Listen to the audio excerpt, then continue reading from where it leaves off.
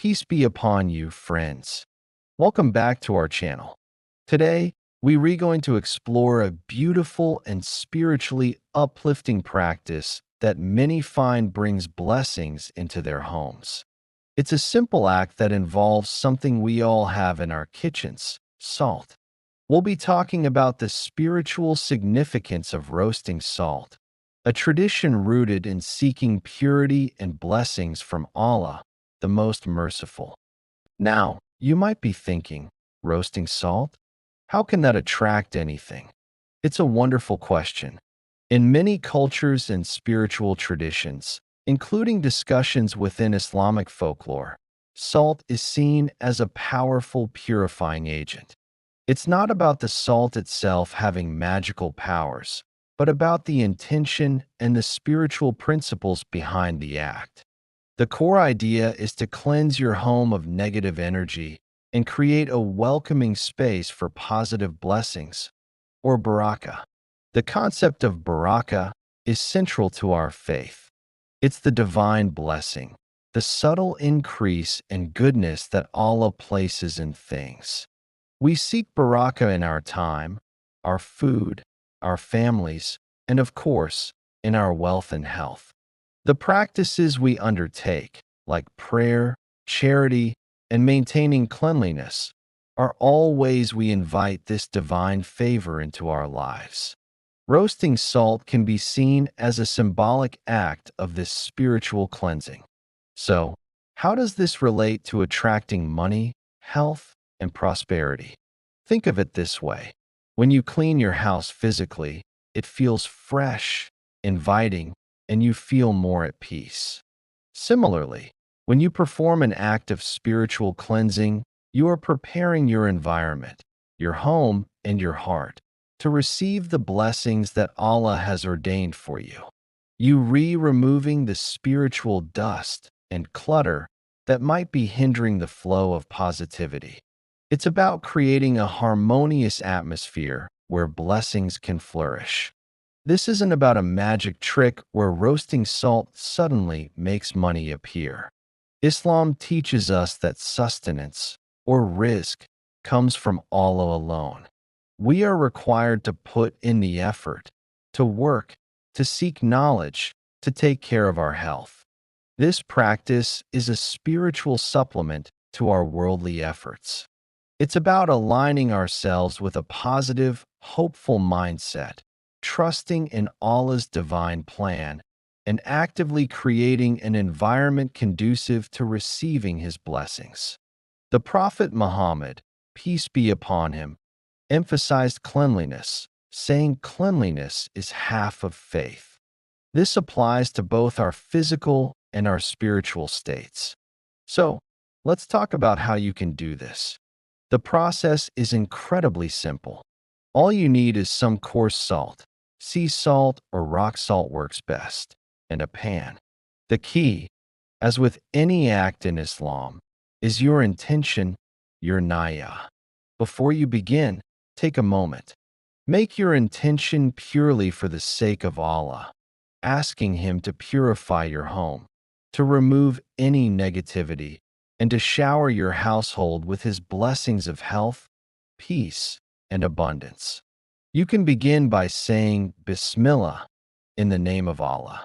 Place a few spoonfuls of salt into a dry pan. You don't need any oil or water. Turn the heat on low to medium.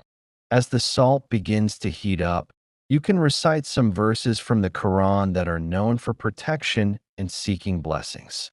The Al-Fatiha, the opening chapter of the Quran, is perfect.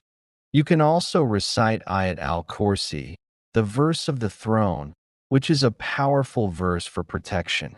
The last 3 chapters of the Quran, Al-Ikhlas, Al-Falaq, and An-Nas, are also excellent for this purpose. As you recite, gently stir the salt. You'll notice it might start to crackle or change color slightly. This is part of the process.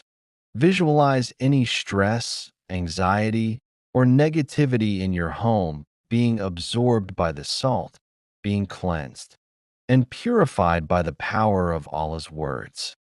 Focus on feelings of gratitude, hope, and trust in Allah. Let the warmth from the pan and the recitation fill your heart with peace.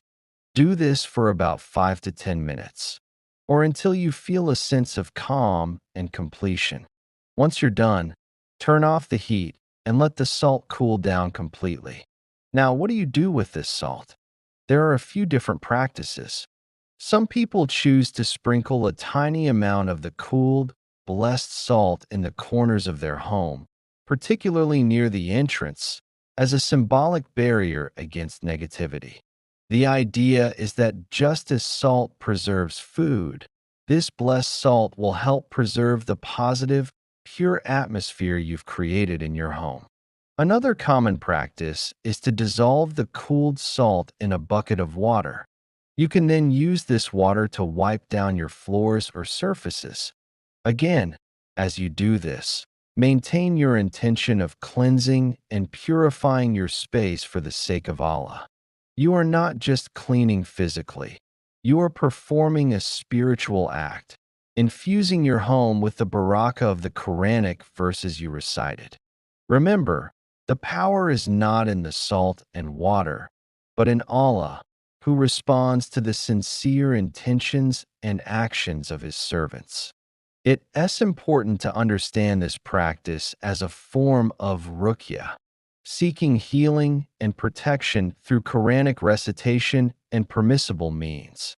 It is a way to complement our daily prayers and reliance on Allah.